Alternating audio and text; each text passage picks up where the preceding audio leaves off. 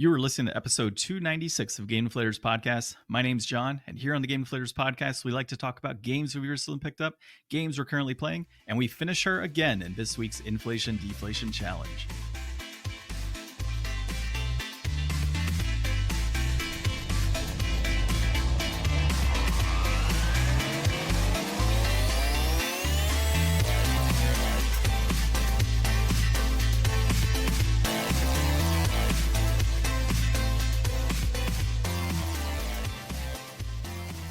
So we're playing a little bit of Mortal Kombat Deception this week, and I am joined by Chris of the Open Bar Miami podcast once again. Chris, how you doing? I'm chilling. Chris, a.k.a. the Candyman, is here with y'all. Here to kick it. That is actually his Twitter handle as well. If you want to see some very interesting posts, that's the way to go. Yes. So definitely follow him there.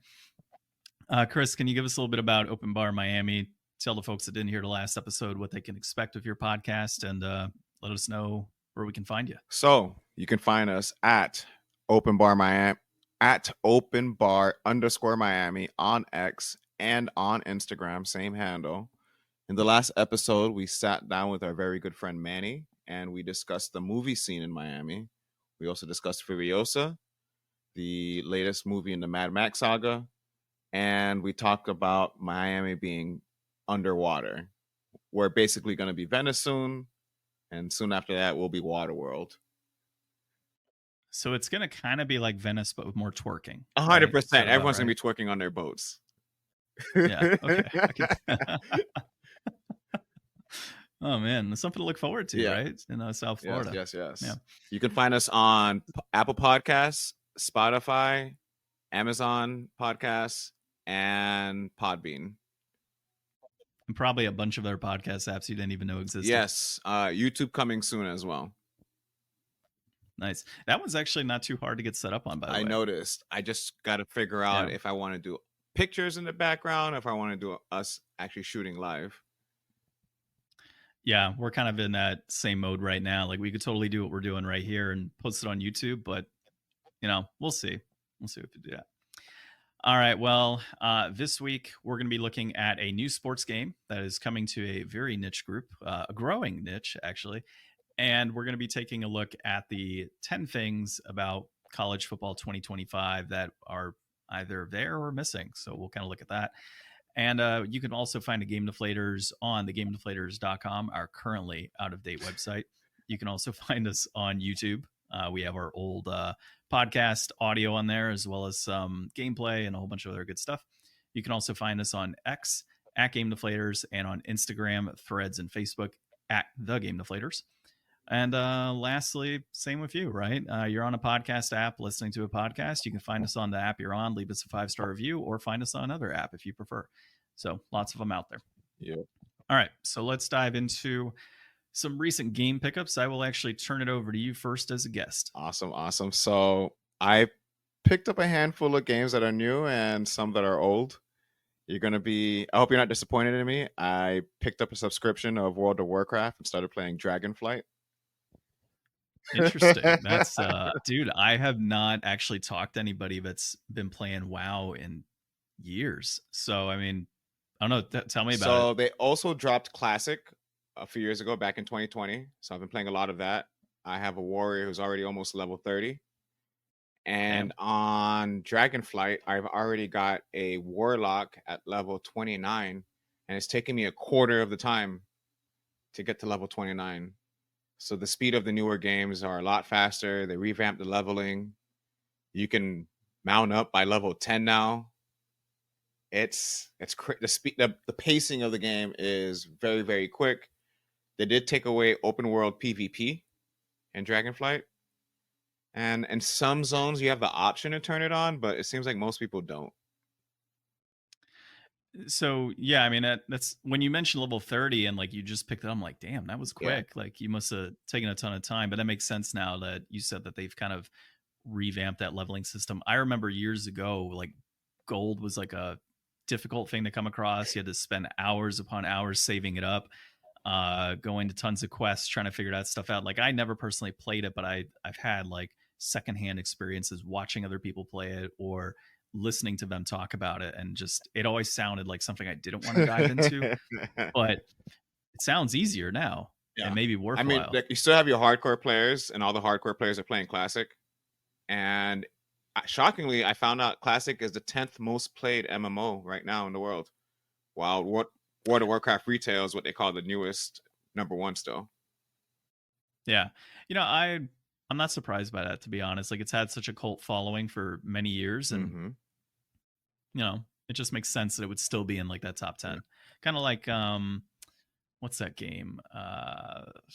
Dude, I don't remember. There's a PC shooting game that's been around for like years and years and years. It's still like in the top selling, if I recall. I forget the name. Oh, Rainbow.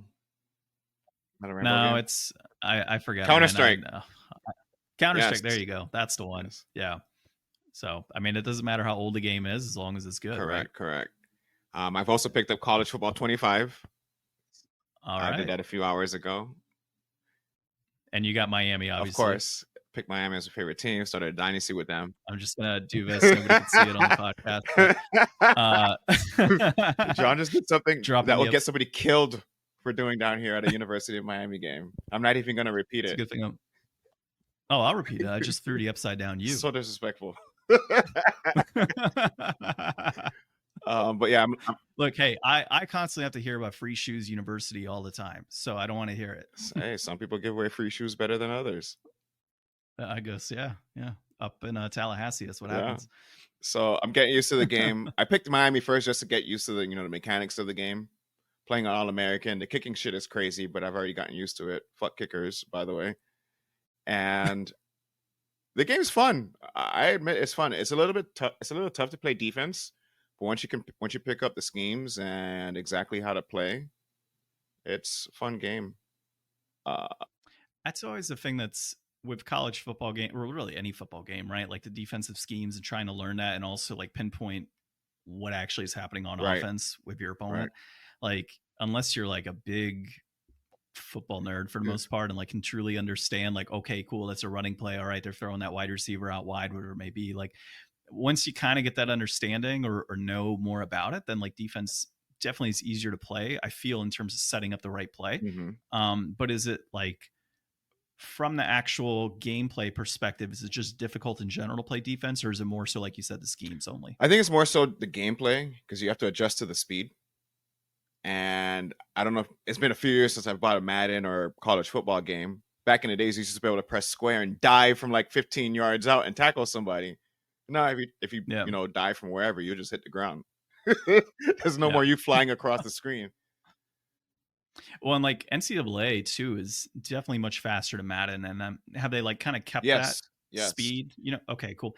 I've always, for me, I used to play a lot more NCAA, and then when I transitioned to playing Madden was always so much easier to me because the speed of a game was slower. So I would play people that are, only play Madden exclusively, and I'm coming in from NCAA, and I always felt pretty good. I can, read plays easier. Defense was always easier to pick up because of that slower pace. So I'm happy they kept the speed of NCAA the same, though, that quicker pace. Yeah, I feel like they definitely went for the quicker pace, and that's because guys in college are just lighter and they're not as strong or as heavy, in my opinion. And my friend E said it best. He says when you play Madden, the players just feel heavier and more imposing. Whereas in college football, you're just on the fly and you have to adjust to the way coaches are doing things. And the playbooks are all very unique. That's one of the very good pros of this game.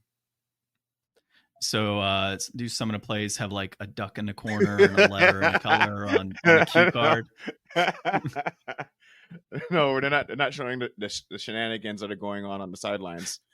Just because every school can't have headsets for some fucking reason, but that's a whole different conversation that I don't want to dive into right now. But no, they don't do any of that. There's no NIL in the game.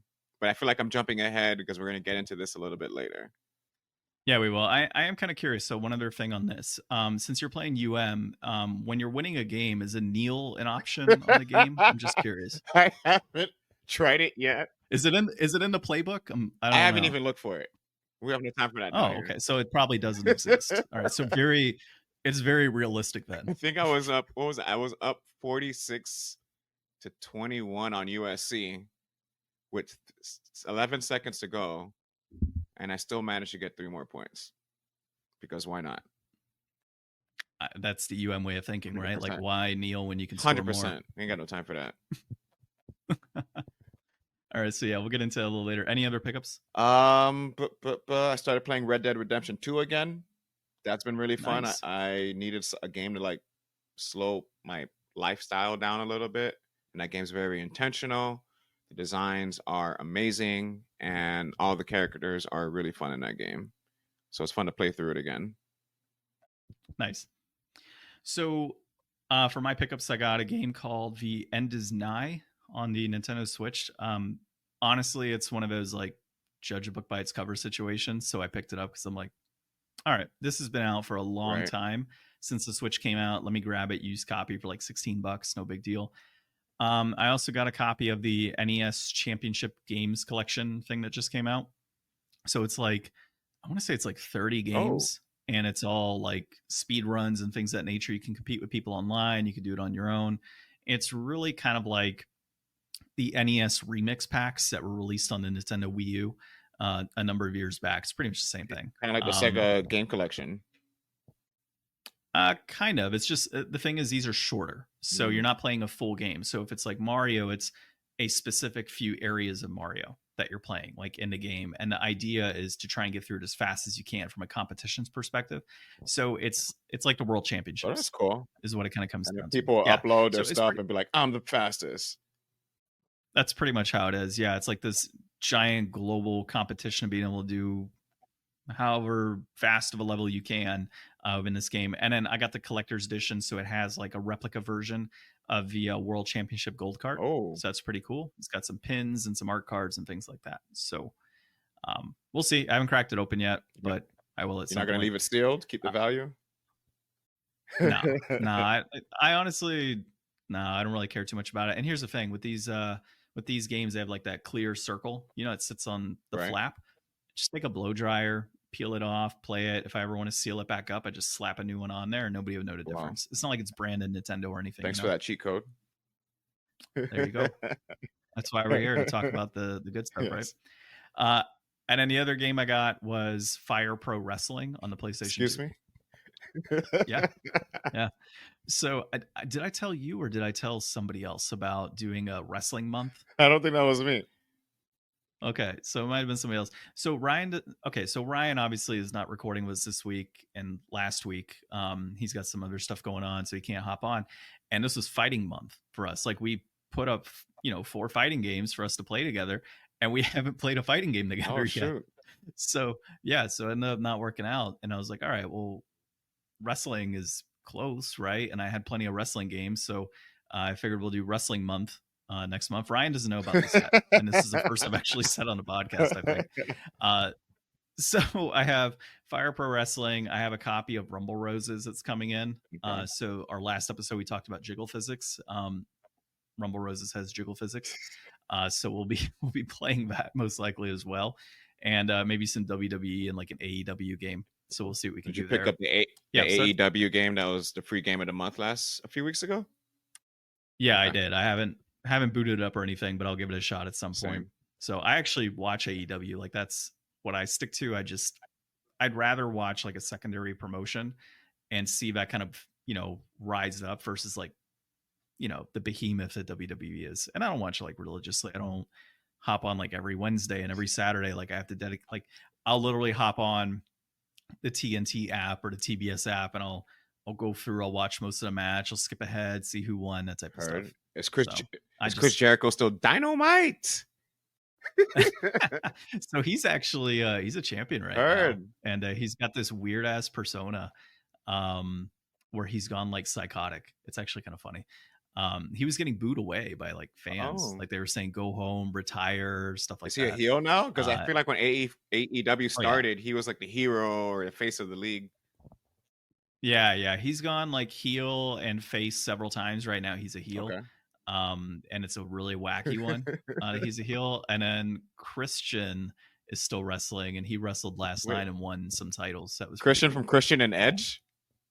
Yeah, Edge is actually in the company too. What? Yeah, he's going under his actual name, Adam Copeland. Wow. Are they not tag team partners anymore?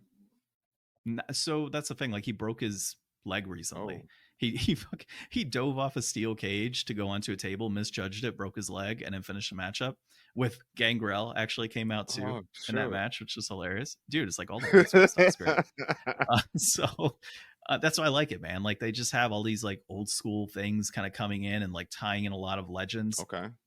Whereas like with WWE, they're like, oh yeah, we'll throw in a legend and Royal Rumble for like 10 seconds before they get tossed over the rope for like that cheap Yep. pop. This is like, Sting wrestled there for like 3 years with AEW and had a great match. I went to his last televised match in Phoenix, where he won the tag titles, and then his last match ever was a Oh, pay-per-view. shoot. So it was pretty cool to see him. Dude, it was so hilarious seeing Sting throw trash cans and shit in Phoenix. It was great. So I had a good time, but it was fun. Sounds cool. Yeah, so that was Fire Pro Wrestling is what I got tying into wrestling there. But we'll do Wrestle Month. Ryan doesn't know. We'll get it all situated here pretty soon.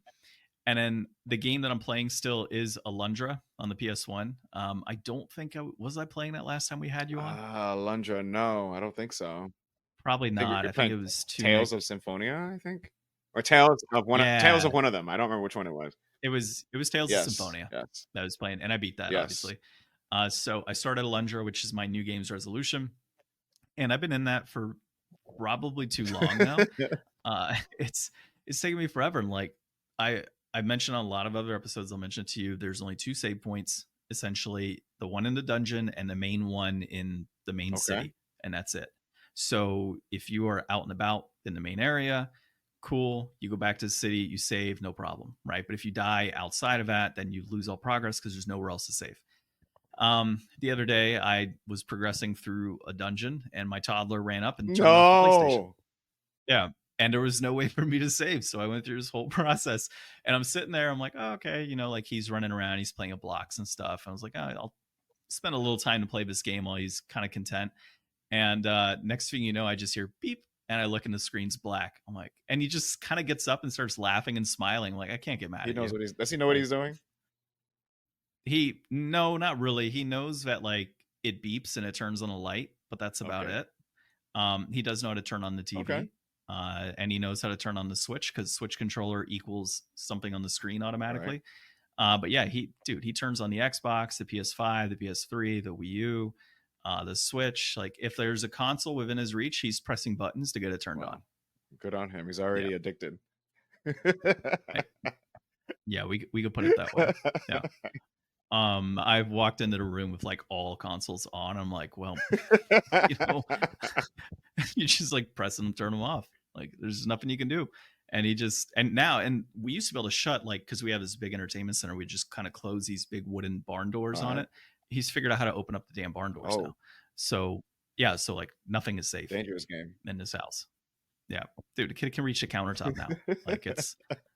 I'm like, things have to slowly get pushed back, and he can now climb in a chair and onto a table. So it's game over for like just about everything in the house. But he's at that age. If he falls and hits his head, he'll just walk it off. No, he screamed. No.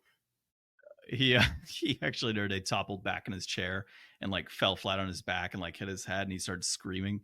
I was like, well, you learned your lesson, right? I hope so. And he just was like, yeah, and like crying, and he jumped right back in the chair. I'm like, no, you didn't. Like you're gonna have to fall down 3 times, I guess. Be like that. But yeah, so Alundra, kind of going back into it, he obviously turned it off for me. I have progressed to, it's a place called the Fairy Pond, where you're supposed to get a special sword. I was kind of pissed because I got like midway through it and there was no save point and I was falling asleep, so I had to turn it off. I was just Does the Switch not have like a rest mode or a standby mode? It's a PS3. It's PS3. Well, it's a PS3 and I'm playing a PS1 game, so no rest mode. It's just quit, reset, turn off system. That's about it. So if it was maybe me playing on like the highest tier of PlayStation Plus, then I would think there's probably a rest mode there to be able to do that. But I don't know. I'm a cheapo, so I'm not gonna buy that. But yeah, so that's what we got gaming wise in the house. And then we didn't play it this week, but we're gonna play some more Medium later in the week. The game I sent you that video for. That's a fun game, but we're gonna play the Medium sometime soon this week and hopefully stream it. Yeah, it looks badass, dude. Like it's such a good game. Yeah. All right. So let's start a little discussion topic. I threw this to you earlier in the week, and it is, sticking on the theme of Yep. sports, the best sports game franchise of all time. Yes. So there's a ton of them out there, man. Like I just after you and I were chatting last night, I'm like, you got the Blitz games, you got the NHL Hits games, you have like the tennis Yep. games, like Top Spin and all of that. There's all the Mario sports games. There's all like Mutant League football. I think there's Mutant League hockey, old Backyard school football. backyard. Dude, I mean, I used to play in elementary school all the time. Teachers didn't know it was installed in computers. Backyard baseball, like, I mean, there's just tons, right? And then like you can even dive into saying, okay, well, racing games. You got NASCAR, you've got Gran Turismo. Like, obviously, some of those are simulators versus true like sports dedicated, racing games. But the concept is still the same. You got your tournaments, you got your points, and all That's of that. right. And of course, we got the big ones, right? FIFA, NCAA now having another game come out, Madden, MLB The Show is now kind of the big boy in town as far as baseball is concerned. NHL 24 or 25 coming out, NBA 2K. If you want to look back at like the PS2 days, you had like ESPN 2K The football game. 05. I remember that game. The football one. Dude, that game was actually pretty sweet. It was the first football game where you could play in first person. Shit was crazy. NBA Jam, if you want to go even older, so I mean, if you want to go even older than that, there's sports games on the Atari, right? They look like shit, but they're still sports games. So yeah, I mean, all of that said, it's a tough one, man. Like to try and pick the best franchise because I mean, they all have their unique things about them. Like I was just out in Chicago at the Gallop and Ghost Arcade playing NFL Blitz 2000, I think it was. That must have been fun. And I'm sitting back with, I want to say it was Jay Fiedler is who I was playing with. I'm sorry. And yeah, I know. I'm sorry too. It might have been 01 because I think 2000 is Marino still. But yeah, I'm sitting there playing as the Dolphins, and I've got number 8 on the back instead of 13, which is disappointing. So I don't know if it wasn't Fiedler or somebody else that there's been like 20 quartbars over the last 20 years. I'm pretty sure it was Fiedler. Yeah, I'm pretty sure. Like he followed up Marino, so it makes sense. I just don't remember his number. But yeah, I mean that game in general is fantastic in the arcade. It's great on console. I always enjoyed playing it. Would I say it's my top? Probably not. I can say what my bottom is. What's your bottom? And that's the NHL games. Actually, dude, as big of a hockey fan as I am, NHL games are crap. Ever since like 2015, they've all gone downhill, and they used to be really good. Like you could play like NHL Hits, for example, and it was like 3-on-3 hockey. It was slamming and fighting, and just it was a ton of fun. And the old NHL, I guess 2K games, if you want to call it that, or NHL 15, like those are all great games. And for whatever reason, they've added, I think, too much to them. So it's a lot of like the trying to control the puck, the back, behind the legs, Michigan style lacrosse shots, things like that. Like it's too much added to a video game and the complexity of hockey as is and the speed of that game. It just makes it very difficult. So it sounds like it's more of a simulator than a game now. Almost. And then like graphically it's horrible. Like I was playing as the Panthers and I'm just looking at some of the player faces. I'm like, how do you get it this bad? Like, yeah, they don't even look remotely close to what they're supposed to look like. Are they using a Frost engine? Like I don't know what they're using, but it's not working. It looks bad. Like in fact, 24 looks worse than 23. That's ass. Yeah, that's bad, dude. Like you should just look it up at some point. Like just look at NHL 23 or 24 comparisons. Graphically, it's gone downhill. The players don't look like anything. Right. It's just not a good game. And so like bottom for sure. I would say it's probably followed by baseball games after that. Although baseball games are usually pretty good. Baseball just takes way too long to play. Even I had a phase where I was super into MLB 2K13, I believe it was. That was a fun game.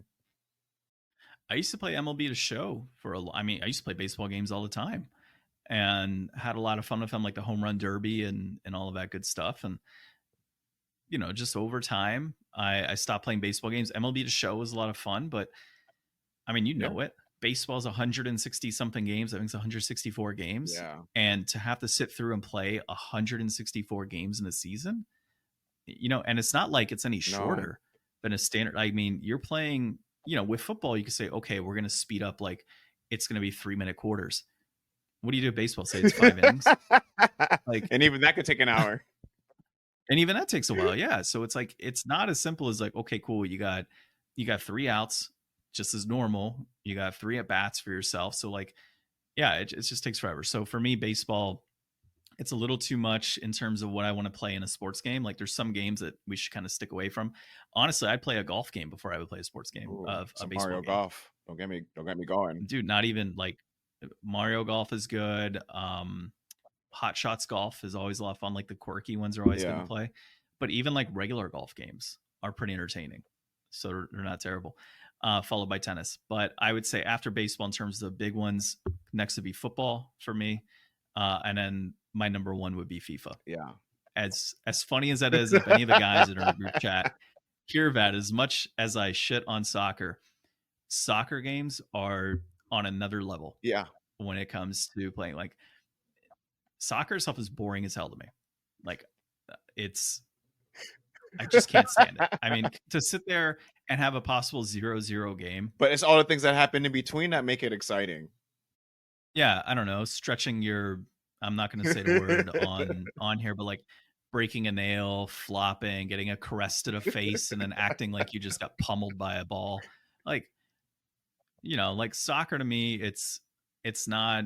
I don't know, man. The players to me are just wimps. I just saw somebody like the endurance. I just saw somebody take an elbow to the chest and hit the ground. And then after the fight, in that same game, at the end of it, Uruguayan players were fighting Colombian fans. I mean, here's the thing. Soccer fans, I love watching. Soccer fans are unreal. Dude, you will go to Brazil and get killed in Brazil if you are like in the wrong jersey colors. Like soccer fans are crazy, and it's great to watch, right? I love the soccer fans. The sport itself and sitting through that, I'll play soccer. I don't mind it. Like I don't mind kicking a ball and running around doing that. But watching that big ass pitch and players that are flopping for God knows what, and just some of the stupidity that happens on the soccer field drives me crazy. But putting that into a game, the speed of it is perfect. When you're playing FIFA. Like it is absolutely perfect. You don't see, like, the time of the game isn't like looking up and you're like, oh crap, it's still only the second quarter. Oh, it's only the first period in hockey. Oh, it's, you know, the 5th inning in baseball. Like soccer just passes by so quickly when you're playing FIFA. And it's because you're controlling everything. You're trying to control a goalie. You're controlling the actual movement of the ball, where it's being passed, like the strategy behind it. Like to me, it's the premier sports game. My favorite FIFA, because I'm going to agree with you. FIFA is definitely my number 1. Followed very closely by Mario Kart, the entire series. But if we want to focus on FIFA 17 was my favorite FIFA. And now I'm playing FC 24. It's a good game. It's probably the most realistic soccer game we've ever gotten. But it might be too realistic because... How so? When you are playing defense in this game, right? If you don't have one of these player icons to take the ball away from somebody and you make a perfect stop, 9 times out of 10, you will not get the ball for your perfect stop. The offensive player, depending on who it is, will most likely be able to get the ball back from you and keep moving. So that's really annoying. The AI has somehow gotten dumber, even though the game has more options and moves than ever. So like for pacing, when you're moving forward, the AI will almost never move forward unless you switch off from the ball and push them forward yourself, even if you have aggressiveness really high for attacking. So it's little things like that bother me, but free kicking is better than it's ever been. The graphics are better than it's ever been. And the game is still fun, even though those little things still annoy me. And a lot of people, I mean, there's always I wouldn't say it's a misconception, because at the end of the day, FIFA is a reskin of a prior FIFA. Correct. Prior FIFA. Which prior is EA's, right? There's no company better at reskinning than Electronic Arts. Yeah, well, you could probably say Ubisoft with Assassin's Creed. That'd probably come in a close second. EA did it first. They learned from that. They probably like trade off tips with one another and have conference calls. I Their ROI has got to be I'm insane. so scared for this new Star Wars Outlaws game because I want it to be good, but then it's Ubisoft. Yeah, and you're like, I got to play Fallen Order still. I actually picked that up recently. So Mario Kart being the other one, and somebody will say it's not a sports game. It is. 100% It's a racing. sports game. Yeah, it's a sports game, and we'll count it for the podcast. Out of those, Double Dash is just the best. It takes the cake because it combines everything great from all the other Mario Kart games and then adds on top of that. And then two racers. Like the two racer component is always great to switch out and then have their different abilities that they can utilize. And the maps, dude, it's just such a great game. But I mean, like I played Mario Kart 8 and I would still play Double Dash over 8. Yeah, Double Dash was for me peak Mario Kart. Double Dash and then Mario Kart 64 second. I would put the original Mario Kart last just because of the difficulty. And the Super Mario Kart? Super Mario Kart was stupid dumb hard. You know, I actually have that one over N64. Really? Yeah, I am the biggest enemy of the N64. I thought the 64 one was just really, really, really fun. And maybe it's just my nostalgia, you know, seeing them in 3D for the first time. That's usually what it kind of comes down to, because like most N64 games, you look at them now, you're like, man, that's bad. You can look at PS1 games and be like, oh, that's actually still pretty solid and playable. N64 games are just like, dude, you plug that in now, it's just well, it depends. Are you playing it on a high def TV or a standard definition TV? You don't need to. It still looks bad. I was over at the Bend the other day and we were playing Mario Kart and we played Smash Brothers. And to me, it still passes. It's not great, but it passes. Yeah. I mean, certain games are okay, right? Smash Bros is just side scroll, right? But then you throw in like Conker's Bad Fur Day, Mario 64, those games that like the camera angles are just so jacked up that you just don't know what to do anymore. Sports games are okay for the most part. Racing games are all right, but yeah, I mean, N64 is not my first choice for a console. That's when I shifted to PlayStation. Actually, I saw people playing N64 and was like, no. Mario Party didn't do it for you? I did in college. Okay. I played a lot of Mario Party 64 or Mario Party 1, 2, and 3 in college. Gotcha. Yeah, those were. I will give you that. Those are probably the best Mario Parties. They were really fucking good, especially 3. Those were good. Yeah. 3 was phenomenal. All right, back to sports. What is your? I mean, I guess those could be sports too. It depends on what's in there. What would you consider your bottom though? Wow, my least favorite sports game ever. It might be NBA Live. Really? I loved NBA Live 2005. I thought it was one of the greatest sports games of all time. But prior to 2K coming out, I used to get frustrated with Live. Then 2K finally came out for the first time. I think it was 2000 when the first one came out. And that was a game changer for me because I was like, oh my God, you can create a multi-year dynasty. You can draft your rookies and you can actually build a foundation and make your players better, trade players away. It was fun. Then they only got better and a little bit more arcadey, but that's what made it fun. Whereas NBA Live was trying to be too serious about itself, and they weren't even doing the fundamentals right anymore. Like plays would come off really weird, graphics stopped being as good, and they kind of just took a back seat because I think they got lazy, and now the game doesn't even exist anymore. That's the one where it has. Don't they have versions like Kevin Durant on the front? I think it was NBA Live 11, I want to say, and they had like X number. I don't remember. And, you know, that was NBA Elite, I think. Was I don't even know what that is. Oh, really? Yeah, there's like some super rare game that's like worth like $800 to $1,000. Has Kevin Durant on the front. Huh. I think it's NBA Elite. Yeah, NBA Elite 11. Yeah, it's got Durant in his Thunder uniform on the front. Super limited release. I want to say it's like 500 or less copies were put out there. Oh, I hope he made it. I hope he got paid well for that. I don't know what he got paid for it. He probably doesn't even remember now. But yeah, I mean, to that point, right? Like tons of games like come out for these, you know, leagues all the time. Like for soccer, you had Winning 11, and then that turned into God, what is it called today? So technically, it's gone right now. Yeah, I know it's something else But now. It got so I don't changed. know if you know what happened with the latest FC24. EA It is the FC24. EA basically went behind FIFA's back and signed contracts with leagues directly and teams directly. So now FIFA Interesting. is getting together with another publishing company to create another soccer game. You'll notice in FC24 a lot of clubs are missing, some leagues are missing that we normally would have. I don't think they have any Asian leagues in there except for the Chinese Super League. And I don't think Sounds like Marlins type of game right there.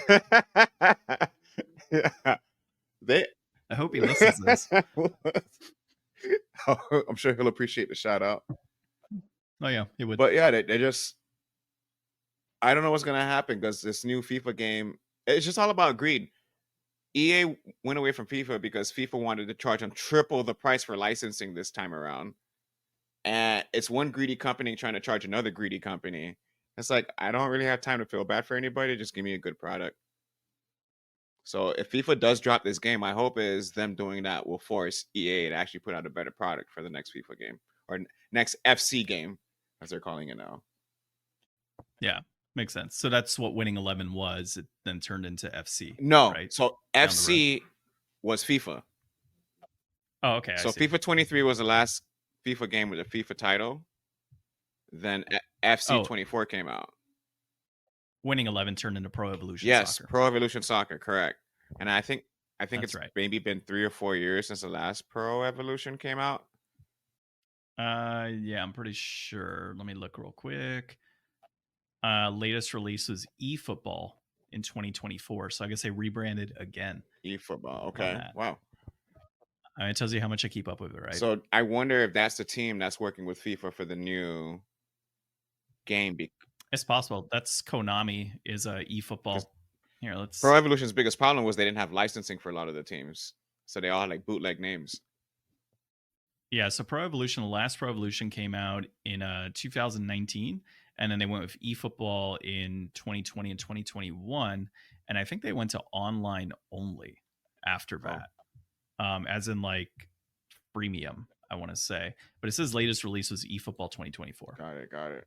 So develop Unreal Engine 4, so that's got to look good. Probably plays good too. Yeah, I'd imagine. Konami always released pretty good soccer games from what I recall. Like Winning 11 was always one that I constantly heard about being a great soccer game. I think the Winning 2011 Winning 11 was the last one I ever played. And the technical things that they were doing in that game were so much better than FIFA. But again, if you don't have licensing, no one's going to buy your game. Yeah. No one's trying to play with the red mans instead of Manchester United. Well, it's kind of like, games like Mutant League Football and like the Doug Flutie football game that came out on PS4. Like, right. If you don't have licensing, it's cool. It's a football game. It's a lot of fun, but the recognition of the different brands and teams is what kind of keeps you there playing as a fan. Just because you have a good football game or good soccer game doesn't mean anything at the end of the day unless you have licensing, like you said. So it's gonna be interesting to see how that plays out moving forward between FIFA and EA. Yeah, what I really need to look into is why Blitz is no longer a thing. Because those are so much fun. I haven't dove into the reasoning why they stopped doing those games. It might be because of the violent nature of it, which is funny because it's football. And the same with hockey with hits, and then they had like an MLB version as well. So all these leagues. I don't remember that. All these leagues have pivoted to being a family-friendly sport, even though they're selling violence. So and gambling. And alcohol. And alcohol. Yeah. And don't forget, marijuana sponsors coming to you soon. But I can't walk in with a shirt that says "Hit stick, bust dick, talk shit." So, interesting thing in sports in general. I saw a stat or like a pie chart for all the leagues the other day, and I had like NFL like 18.6 billion. I think NBA was sitting at like 10.6. I want to say MLB was also around 10.6, and then you had NHL like 6.8 billion, I think, in revenue, right, for the year. So obviously NHL being the lowest on that. But what was interesting is if you looked at the revenue generators, all of those other leagues were heavily favored in terms of TV deals and the money that was coming in from, from Correct. television. Whereas NHL, 44% of their revenue is tied to ticket sales, compared to like 20% for the other leagues. So that to me is an indication as to why the NHL remains heavy hitting, blood in, like literally like getting hit in the face of pucks and sticks and blood drawn and things like that. Fights happening even today, despite them trying to soften the league. Whereas in the NFL, it's like, okay, what's everything we can do to change a kickoff to limit concussions? How many flops can LeBron James have in a basketball game because of a soft penalty? Like, these are, or soft foul. Like, these are all things that are likely driven by, television versus the league itself and the decisions they want to make. So you have these execs talking about, how can we get this product that's going to be like, out in the market, and as you said, family friendly. Whereas NHL, it's still growing in popularity and it still has all these heavy hits happening, but they don't have a huge chunk of that TV revenue. So to them, they don't need to be as family friendly in a sense, even though they actually, honestly, out of all of them, I would think NHL might be the most family friendly out of all of them in terms of like the players and the interactions. Honestly, and things I of would that think nature. baseball. I don't even care if you can understand half the players.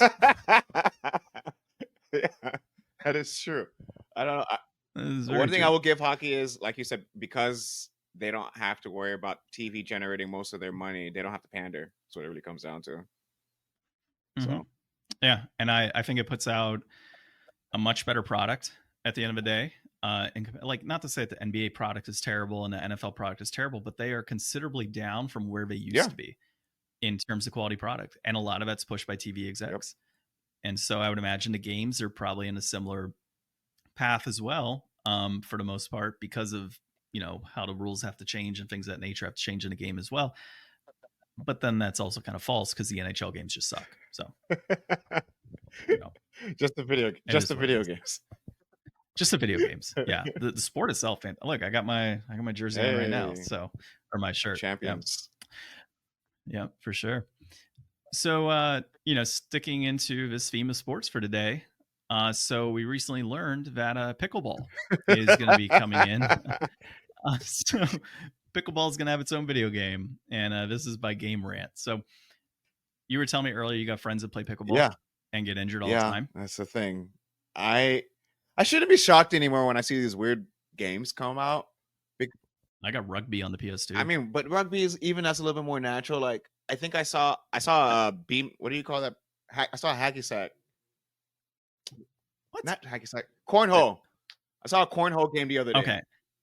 And I'm like, if we can do that, sure, I guess we can do pickleball, right?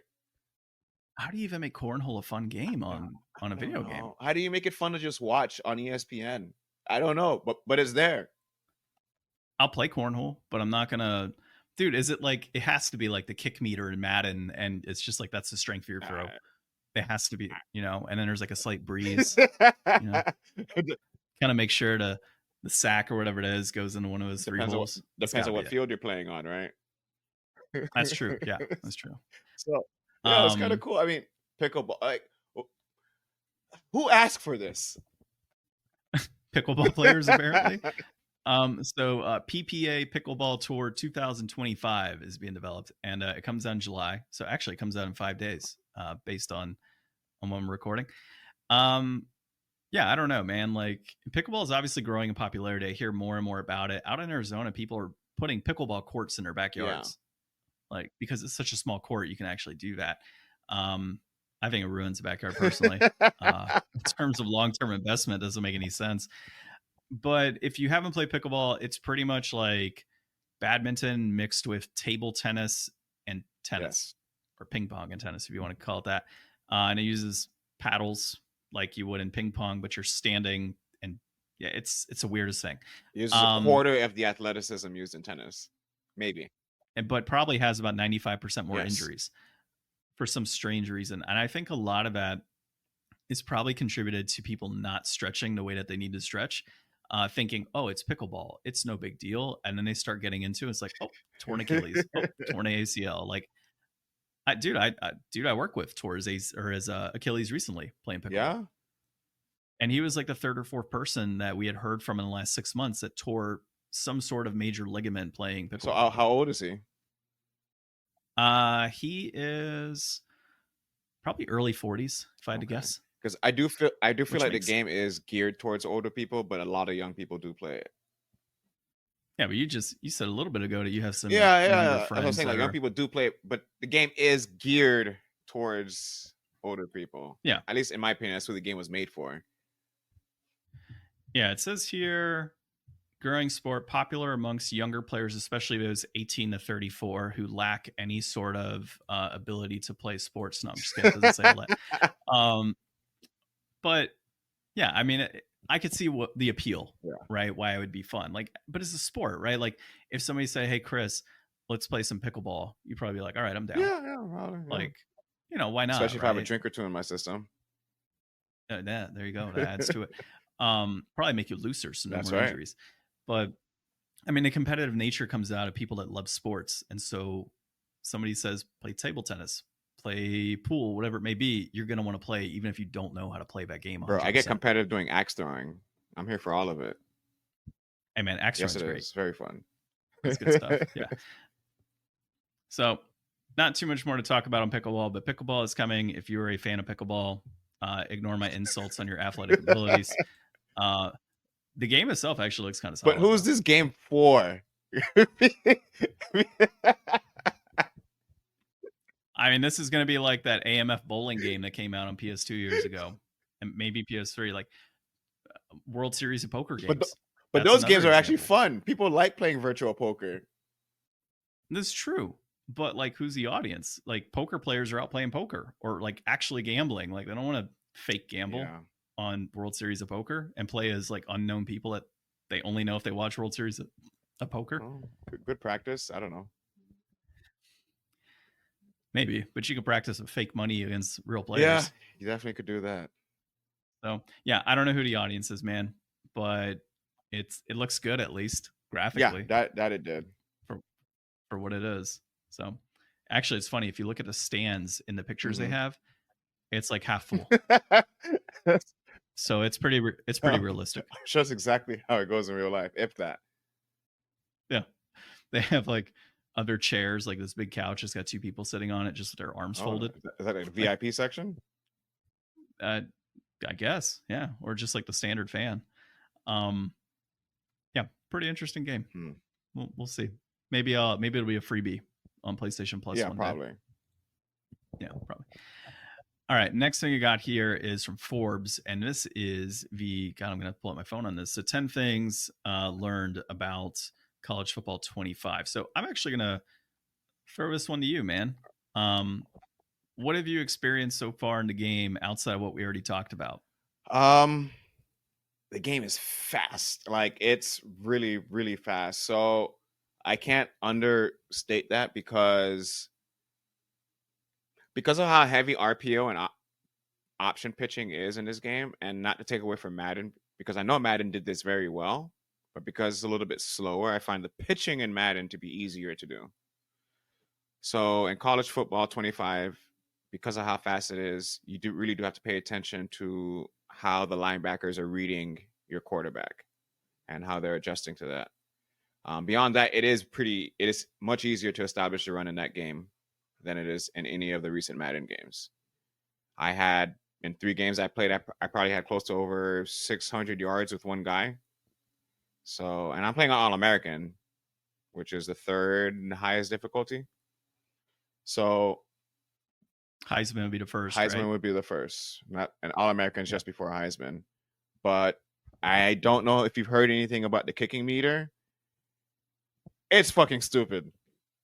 So, like, how so? I mean, like, the only kicking meters I could ever think about are like down to up for power, and then like left right with an arrow, or you have like the circle that powers up and goes down. So like, the way it works now is left to right, green in the middle for the perfect accuracy, depending on how you aim it. And when you aim it, you can't just put it in the location you want and let go. You have to hold your stick. So after you pick the perfect pitch in the middle, when going left to right, then you have to hold X until this arrow pointing forward charges up. But then you can't hold it too long, because then if you do, you're gonna super kick it, and when you super kick it, it can kick anywhere. You don't know where it's gonna go. So you always have to let go just before that, or let it drop back down and then let it go, or stop it before it reaches a max. Yeah, and that's interesting because like kicking is your favorite part of No, football. it's literally the worst part of the game, and EA has found a way to make it worse. So kudos to them on that. A lot of people have been missing extra kicks. A lot of people will keep missing extra kicks. But after a game or two, you get used to it. Like the first time it was really jarring, but I think I've only missed 3 or 4 extra kicks overall. So it's not super terrible. Oh, it's not bad. Not for like a new game and new meter. No. I mean, I guess it also depends on how you're used to being introduced to new systems. It is, because if you're not used to that, then you're going to struggle. What about the graphics? How are they comparing to like the last Madden? So environmentally, the stadiums are beautiful. The players themselves are not. Well, bad as in like, so it's obviously the players like, are high def. They do. The players have high definition textures on them, but from what I can tell, it's not 4K texture. So the players in Madden look a lot cleaner than they do in college football. I wonder if part of that is because you kind of have to have some parity in the look of the players, and you can't go based off of like their actual facial features. I guess, but my understanding was that a lot of these players got scanned into the game. If you look at the development process. Huh. Right? So yeah, you'd think it might just be because there's just so many. Maybe it's one of those things that you have so many different players that the amount of like data that's going to be held on that disc. I don't know, but I mean, you can't even do that because you have cloud now technically, so you can just save it onto the PlayStation. And if you look at the download for the game, I believe my download was only 27 gigs. Yeah, I mean, for a new game nowadays, that's not too bad. It's almost nothing.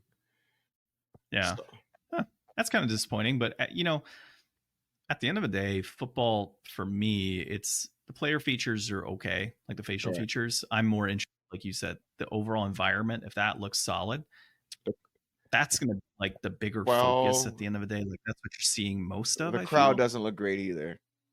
They never look great. I don't think I've ever seen a sports game where like the crowd looks good. Yeah, I don't know. Is it like it can't be like the old school, like it's clear? No, it's not that bad. It's not that bad. Like the crowd kind of has the same texture as the players, just slightly worse. Slightly worse. And they probably have a few moments where they zoom in on the crowd. Yeah, don't they? like when they have like the letters painted on the chest, or when they're doing like the stupid gator chomp at the swamp. Yeah, that is pretty stupid. I agree. So they do close in on them for that, and in my opinion, a little bit too close. You can back up a little bit if you're not going to put high res texture on them. Yeah, that's fair. That's a fair statement. What else? The announcing. So everyone, I feel like, was a little bit disappointed because Lee Corso wasn't an announcer in this game. But people, he's an old fucking man. He doesn't have time for this shit no more. And another thing that's a little bit jarring, but you will get used to, is them not saying the player names, even though the player names are there for them to say. I mean, wasn't that the case in the old NCAA games too? Yes, but keep in mind, it's been so long since we played a college football game. We're so used to playing Madden, where they constantly say the name of the players. Well, and I feel like NCAA, they called out player names for like the bigger teams, and then like the smaller schools they didn't, if I recall. I don't remember them saying any names back then. The only name I've heard them mention so far in this year's game is Xavier Restrepo, which is pretty shocking. I feel like that's not an easy name to say, but yeah, they did it. So I imagine maybe every team's got like 1 or 2 guys that they mentioned by name. Yeah, that would make sense. I mean, like at the end of the day, like NFL, X amount of teams, X amount of players, it makes sense that you're going to be able to call out all of those player names. Same with baseball, right? Or even hockey. But I mean, you're talking 134 different teams. Yeah. Each of those have 50-something players on them. I mean, it makes sense that you're not going to have every single one of them, but at the same time, if they've opted in, like just You just have to have somebody say their name. Presentation is pretty good in the game, although I think it's a little bit obnoxious because I haven't found a way to skip some of the presentation stuff. Like sometimes I just want to hop into the game and not have to wait 60 seconds of you showing me them running out the tunnel or them, doing whatever pre-game stuff they do. Like, I don't give a fuck about FSU throwing down the spear at the beginning of every game. I don't need that in my life. Hey, it's iconic. It's iconic. Okay, if you play like 5 or 6 games in a day, it stops being iconic. Okay, I'll give you that. So we don't need that all the time. But I found that FIFA kind of did something similar. FC24 did something similar with the Euro Cup presentation. Because in the regular play now games or in the franchise games, you can skip the presentation stuff. But for some reason in the Euro Cup mode, they wouldn't let you. It was really annoying. Well, I could see how it'd be annoying. What about NIL and the recruiting process and all of that and like transfers, things of that nature? Have you gotten into any of that yet in what you've played? So in my Dynasty mode, I'm already on week 4. And recruiting seems to be the best it's ever been, in my opinion. I don't fully understand how you gain points every week, but that's because I didn't watch any videos or read any manuals. So I'm still trying to figure that part out, but I've got my board of about 30 different guys. I'm trying to recruit who I can. I've got the scouting is probably the most interesting part because there's something about finding, like when you scout somebody completely and having a gem pop up in the middle of the screen to say, hey, you found a gem. Like, it's a good feeling. They understand psychology. EA knows what they're doing with that. And it also hurts when you find a 5-star and he's the opposite of a gem and you're like, damn it, I've wasted so many hours on this guy and he's trash.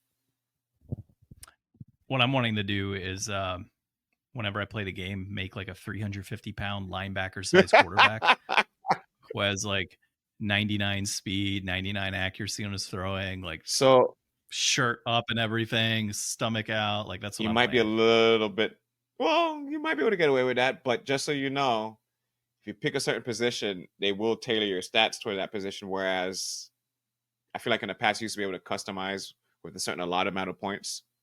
And they would have let you drop the points into whatever categories you want. He's just got to be fast, Chris. Yeah, that's fine. I mean, honestly, even like the pocket passers are fast in this game because it's college. Everyone's fast. Yeah. So let's see the list that this guy's got here. Let's see what we hit on what you've talked about. So you said the game plays fast. You said the game is stunning visually in every way. That sounds false, actually. Tell me, have you read a few reviews for this game? I'm going in semi-blind because I'm also listening to what you guys are talking about in our chat. And so I'm kind of picking that as my reviews because you all can be kind of critical with that type of stuff, right?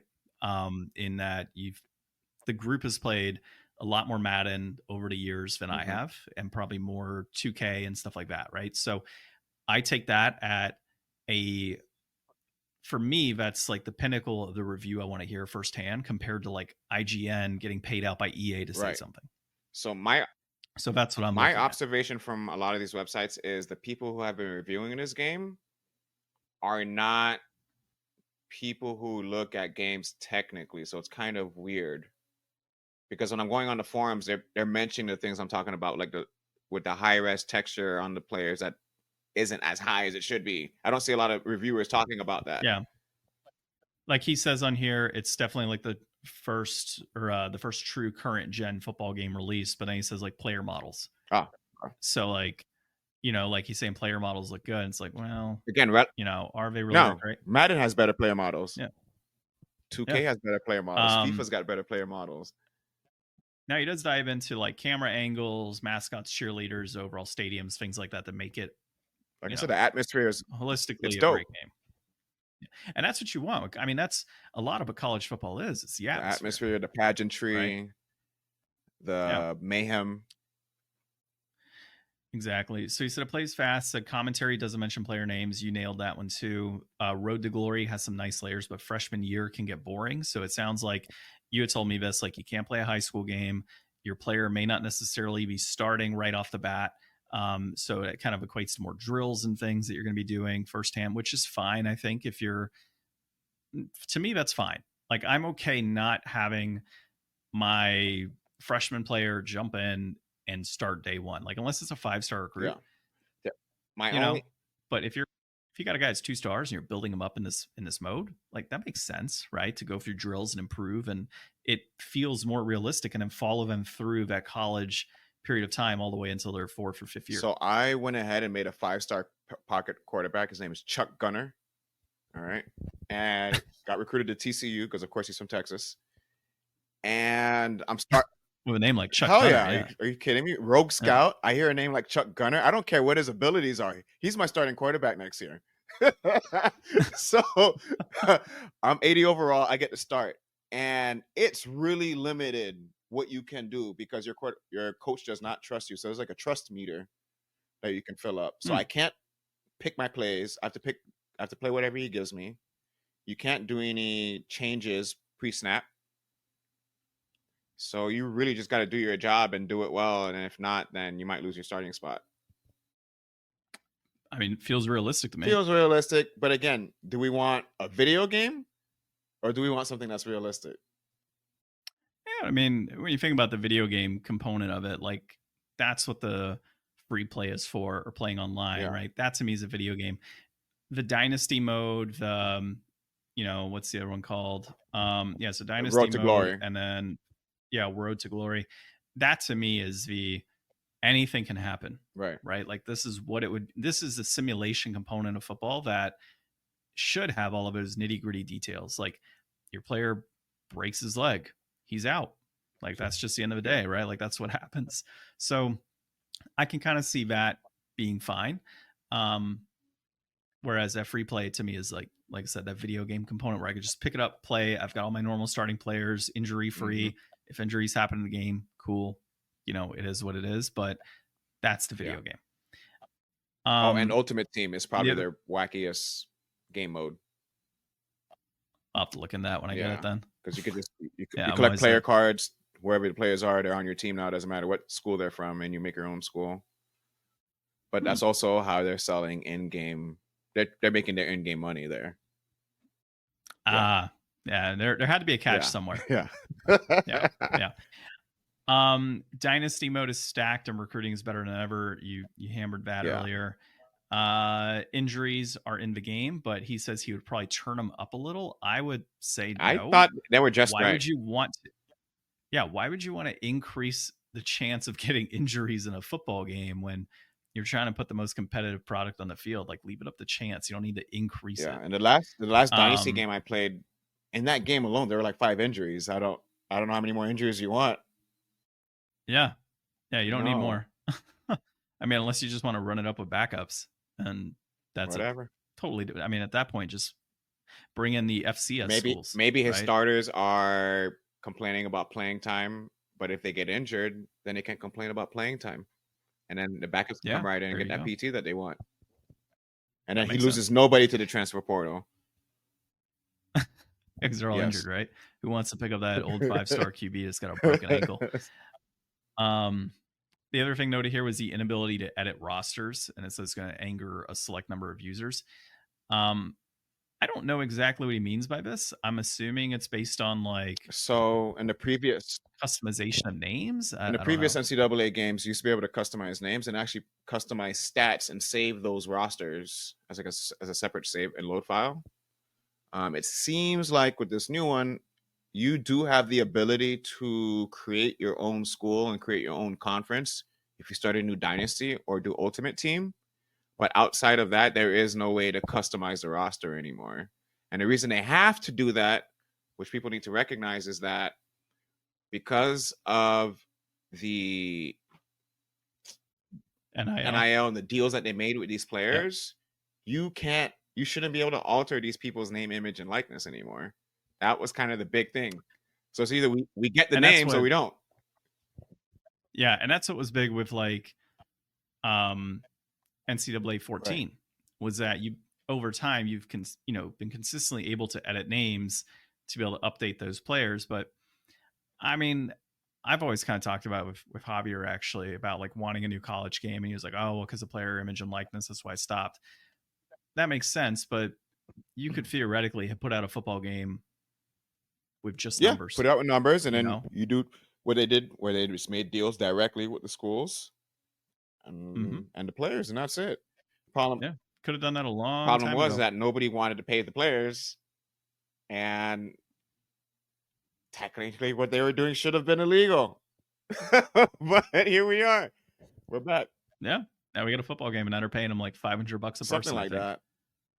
Yeah. And getting them a free copy of the game. So, I mean, that's kind of cool, right? Like, as a player, you have to kind of like the fact that you're in a video game. And you can brag. I mean, that's pretty cool as is. The last thing that was noted there is playoffs. So, my question here, and this kind of stems to me not really like looking at a ton of reviews, right?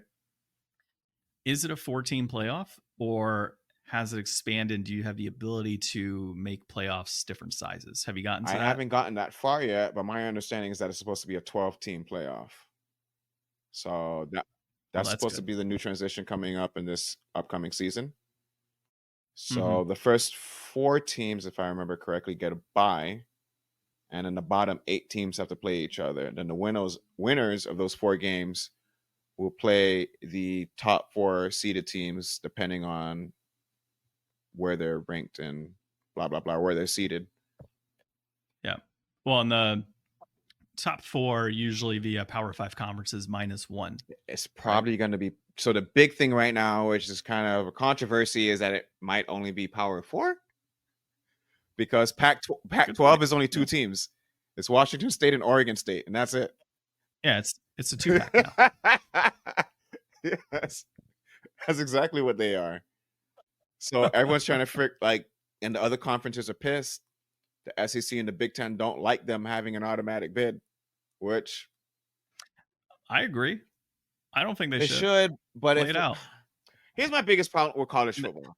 Money talks. Money. But money is also what's ruined college football. Yeah. The boosters and everything else. Like, sorry, Josh, if he's listening. It's not just the boosters. It's all the greed. It's the greed. No, it's the television deals, like the SEC getting millions upon millions of dollars for television deals. It's funneled into those schools, and schools wanting to leave their current conferences, looking at the Pac-12 or Pac-10 and now the 2-pack, into, and even like the Big 12, which is, I don't know how many teams now. I mean, it's all shifting because of money. Yeah.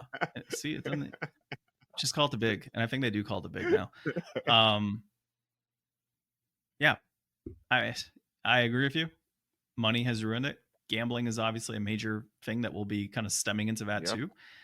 So that's not going to be good either. Nothing we can really do about it, right? Just enjoy the game and continue playing. That's all we can do. One thing that he didn't mention in that article that I've been a little bit sad about is that we don't have the real coaches in the game.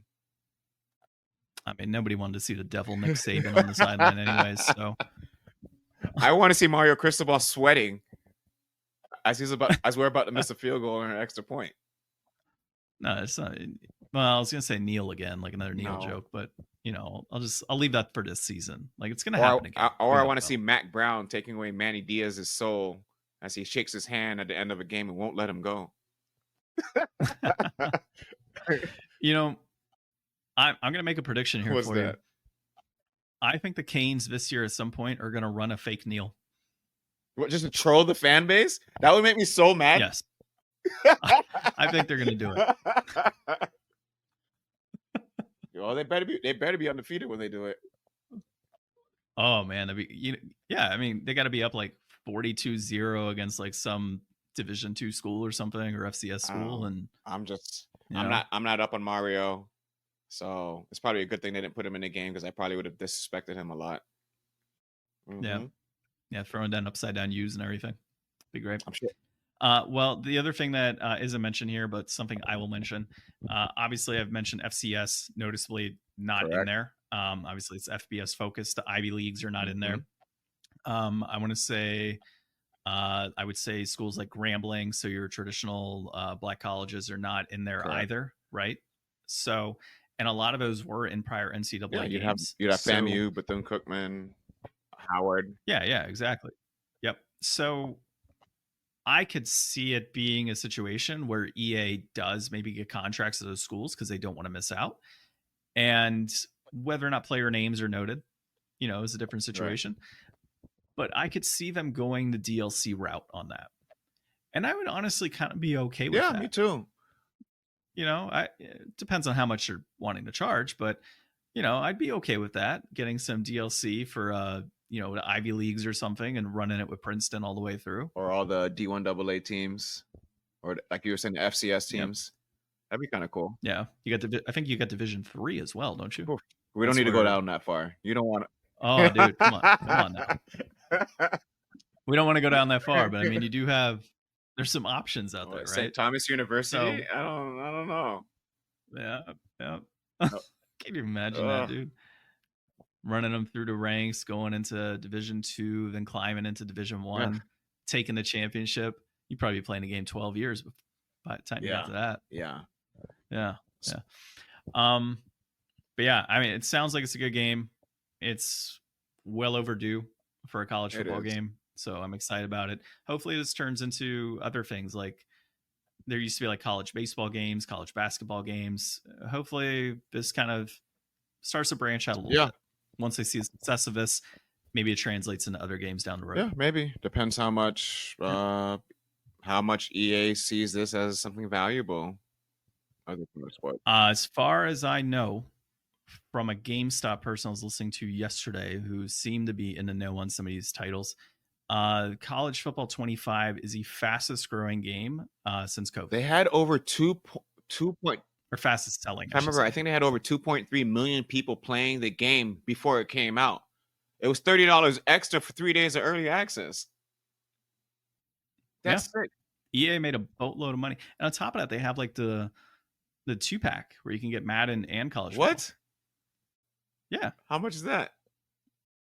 I mean, it's going to be like $120 or whatever it comes out to. Yeah. And it's not like a special deal. Yeah. It's just a 2-pack. Yeah, you get them together. Oh, I see you caught the 2-pack joke again. I wasn't even thinking that, but yeah. Just keeps going. I know that's not how you pronounce the name, but it makes sense with the Pac-12 and Pac-10. And it's a gift that keeps on giving. It is. Yeah. Well, they're not going to be giving anything nowadays. Don't they still technically have like their kind of like the Big East? They still have like other non-football teams that are competing? Because I think the Big East still technically exists, but just as basketball. No, the Big East basically. I could have sworn the Big East was still a thing, but like for they other are sports. a thing, and they are still around for basketball. They just had to like rebrand once all those schools left, and then now you also have the American, which has a lot of former Big East schools. But no, the Pac-12 thing was a mess. They literally only have 2 schools for all the sports. So now, if you're at Stanford, or if you're at Cal or Stanford, you have to fly all the way to Miami for a track meet. Or that's a lot of extra cost. Yeah, they didn't. I don't know, man. I hope whatever it is, it's worth it for them in terms of money. But I don't see how this is going to benefit any of the children. Yeah, I agree. I don't. I mean, they're technically adults now. Yeah, whatever. Adults who can't drink, and they can go to Army. Yeah, they can go to Army and die for us. Yeah. I think they've raised the smoking age too, haven't they? Isn't that now 21, depending on the state? I heard it's state to state. It's weird. I don't know. I thought this was America.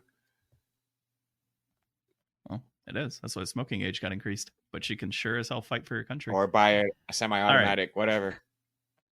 Yeah. One other thing that does need to be mentioned that's notably missing in this game is there is no proper tutorial. Like Madden. Which is weird because I feel like this game has more mechanics than Madden does. Mm-hmm. And there's nothing. So there's no practice mode or anything? Not that I'm aware of. That's kind of how I felt like the NHL game. With NHL 24, there's like no true tutorial on like how to do certain things. And so you kind of find yourself in like practice mode trying to figure stuff out.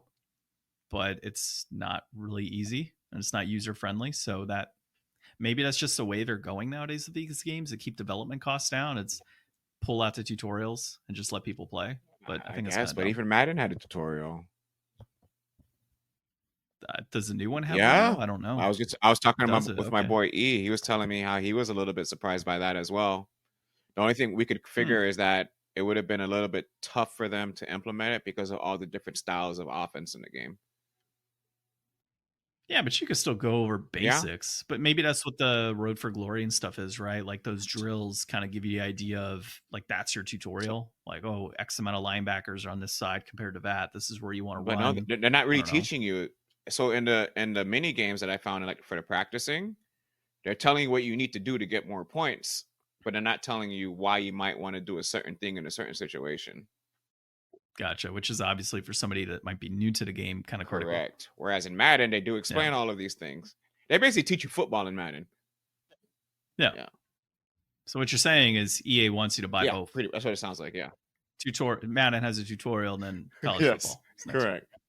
That would be the EA way.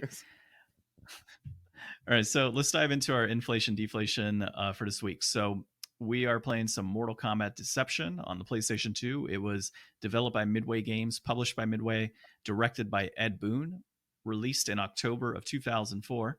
It is a fighting game, obviously. Yes. I wouldn't know what else it could be. It could definitely be more than that. It could, technically, based on what's in there. Reception is an 8 to 9 out of 10.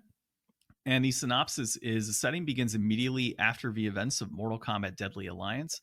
The Deadly Alliance of Shang Tsung and Quan Chi were successful in their plan. Raiden warriors who were meant to protect the Six Realms were killed during the tournament. So, spoiler for all of you that did not play Deadly Alliance. It served as the perfect distraction to defeat their enemies while simultaneously claiming enough souls to resurrect an invincible army. So, that feels like a lot for a fighting game. But what people need to understand is that this also has like an RPG mode called Conquest in it, where you take a main character and progress through like essentially realms. Yeah, it's pretty cool. And have conquest with a K. So for me, this is probably the pinnacle of PlayStation 2 fighting games and Xbox and GameCube. I enjoyed this one a lot. Graphically, it still holds up today. It's still a very smooth game. Right? But it's still a very smooth game to me. The buttons themselves are very easy to pick up. I would say the move sets are among some of the easier ones for Mortal Kombat games, in my opinion. I know that there are some of the older ones are kind of more difficult in terms of fatalities and things of that nature, whereas this one is not so much. This game also brought in, I think it's Harakiri, I want to say is the name of it. The Japanese suicide, so you can do that within fatalities. It does have chess combat and puzzle combat as well, along with that story mode, and in addition to your standard arcade fighting. So I want to say it's like 26 fighters, if I recall, in the game. So a lot of your classics are Nurse Scorpion, Reptile, Sub-Zero, all of those good folks that are in there. And I want to say it has zombie Liu Kang last time I checked. I want to say Liu Kang is a zombie in this one. So it's a fighting game, right? That's what it kind of comes down to. As long as it is smooth, as long as the controls work great and graphically it looks okay, I think you're getting a Mortal Kombat game. I loved watching some of the chess combat. I think we need to have more chess games like that. And that's how we should do our chess tournaments worldwide. You know what? I would not be opposed to this. But maybe we get world leaders to do it instead. Though. Yeah, that'd be kind of cool. Yeah, that'd be fun. Puzzle combat, diving into that a little bit. It's basically like Super Puzzle Fighter 2, I guess to be a little more specific, where you have blocks of different colors coming down and you have bombs and you kind of have to match them and blow up the different blocks to get points. And then you have your two fighters. There's like 9 possible fighters or 12 fighters you can pick from in Puzzle Combat, if I recall. And you pin those two against each other. They have their own abilities they can do to kind of affect each of those different puzzles. So if you had Sub-Zero, for example, he could freeze the blocks on the other side during a timely point to where the other player could possibly lose. You could have a player that, I don't know, throws acid or something on the other board to kind of make puzzles disappear. So they have their own abilities to be able to affect that. And for me, like the puzzle combat would be the second best thing on this game. So Conquest, I feel, is like my favorite just because it's so unique in what you're doing. Puzzle Combat would be next, just because of how fun it is and how addicting that Puzzle Combat can be. And then, of course, the classic arcade mode is always good. Now, this is 20 years ago, and I don't think they've made a Mortal Kombat game with as many features since. I honestly haven't played much after this one. You had like on the PS3, they, Mortal Kombat versus, I think it was DC, was released. You've had like Mortal Kombat X and I think XL. You've had Mortal Kombat 1 that just came out not too long ago. I actually have I have X. It was one of the free games of the month a few months ago, or maybe a year or two. Is it pretty good? I mean, it looks great. It fights great. I just don't love fighting games anymore. So I just popped it in because I'm like, hey, I grew up on Mortal Kombat. Let me give this a few rounds. But definitely didn't have half the features that this game had. Deception. Yeah, this to me is a classic. Deception was on a whole nother level. Yeah, Deadly Alliance as well, being on a very similar level, but I still prefer Deception. So, all right, well, brass tacks on this game. It's looking like complete in box will run you $16.60. It peaked at $18.74 in November of last year. Price is trending up, actually. So if this is a game that you don't have in the collection on PS2, might be worth picking up now. A loose copy will run you $10.99. That peaked at $16.55 in May of 2021. That's also trending up. They did have the game released on like Xbox and GameCube. I want to say it's on PC. It was re-released as a port onto PSP. So this game's, on a lot of consoles, a lot of availability. As far as, rating, I think that 8 to 9 out of 10 is well deserved. I think that's right. As far as inflated or deflated, I would say it's deflated for me. I don't think that I think $20 would be okay for this game if you found it for that price point. I think it's totally worth it. Even if it was just for the Puzzle Combat alone, I think you're getting a good deal at $20 if you found like a nice minty copy for that price. Honestly, any of those modes would be fine standalone games.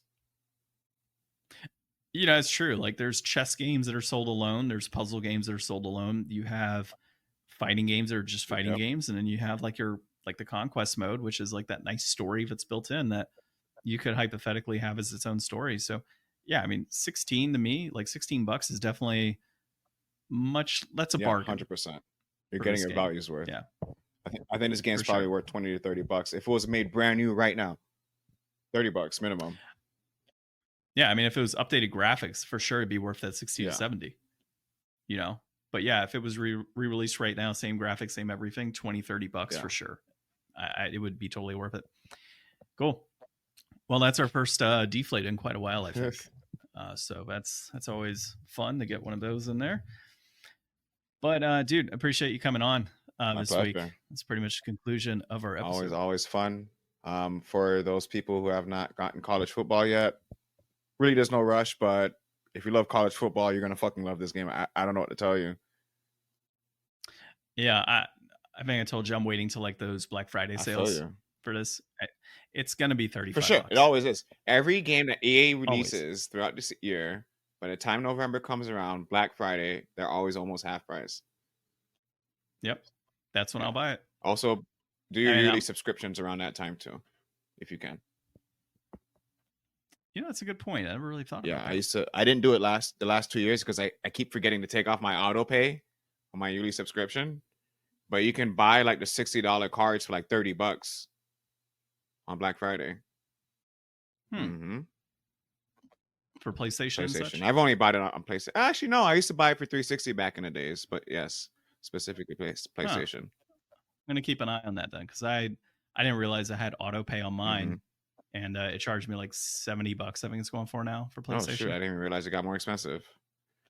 But yeah, and I used to go to CD Keys, and they haven't had the cards on there for a while. So I'll have to keep an eye on that. That's Amazon advice, specifically. Gotcha. I'll take a look on there. Always good to get money for less than what it's worth. Yep. Good stuff. Well, do you want to remind people where they can find you? At openbar_Miami on X, on Twitter, at 305 Candyman, at X, and on Instagram. So we are out there. We are live. New episode coming out this week. As a matter of fact, we have a special episode we did on dating in Miami.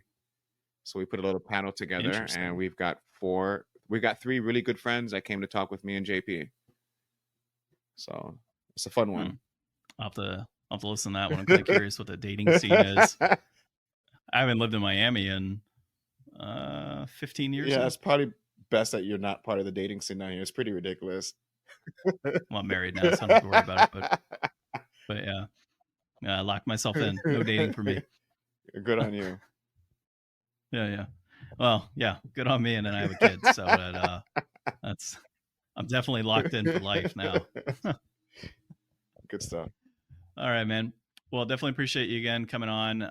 This has been episode 296. I've been joined by Chris of Open Bar Miami, and thanks for listening. All right, John, take it easy.